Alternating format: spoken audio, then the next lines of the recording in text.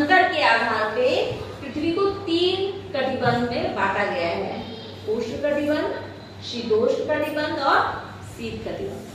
तो इंग्लिश में बोलते हैं टॉरिड जोन, शीतोष्ण कटिबंध को इंग्लिश में बोलते हैं टेम्परेट जोन और शीत कटिबंध को बोलते हैं फ्रिजिड जोन। कटिबंध जो है इसको उपोष्ण भी बोलते हैं, कहीं कहीं उपोष्ण, है ना। जो उष्ण कटिबंध होता है, उष्ण का मतलब होता है गर्म, वो बहुत गर्म रहेगा। कैसा रहेगा? वो बहुत गर्म रहेगा। जो शीतोष्ण है यानी शीत भी और उष्ण भी, उसमें सामान्य तापमान रहेगा, ना ज्यादा ठंडा और ना ज्यादा गर्म, बीच का, जैसे हम लोग हैं। उसके बाद है शीत कटिबंध, मतलब बहुत ठंडा।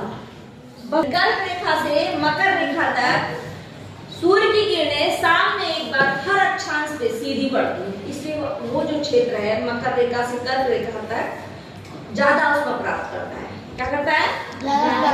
ज्यादा ऊष्मा प्राप्त करता है, तो साल भर ये क्षेत्र गर्म रहता है।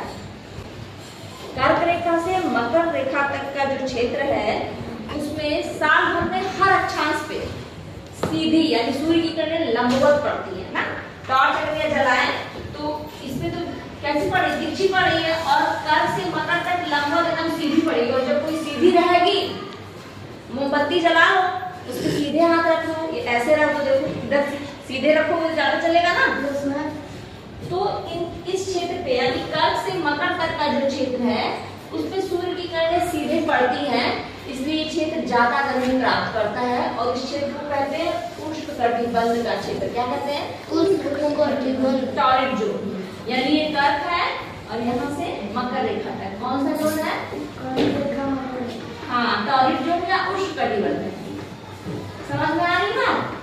गोलार्ध में कर्क रेखा से लेके आर्कटिक रेखा तक, कर्क वृत्त से लेके आर्कटिक वृत्त तक नॉर्थ में, उत्तरी गोलार्ध में जो क्षेत्र है उसको क्या कहते हैं? शीतोष्ण कटिबंध। इसी तरह दक्षिणी गोलार्ध में मकर रेखा से लेके अंटार्कटिक वृत्त तक जो क्षेत्र है उसको शीतोष्ण कटिबंध कहते हैं। उत्तरी गोलार्ध में 66.5 से लेके 90 डिग्री तक, 66.5 से लेके 90 डिग्री तक का जो क्षेत्र है, और दक्षिणी गोलार्ध में 66.5 से लेके 25.5 90 डिग्री साउथ में, है ना।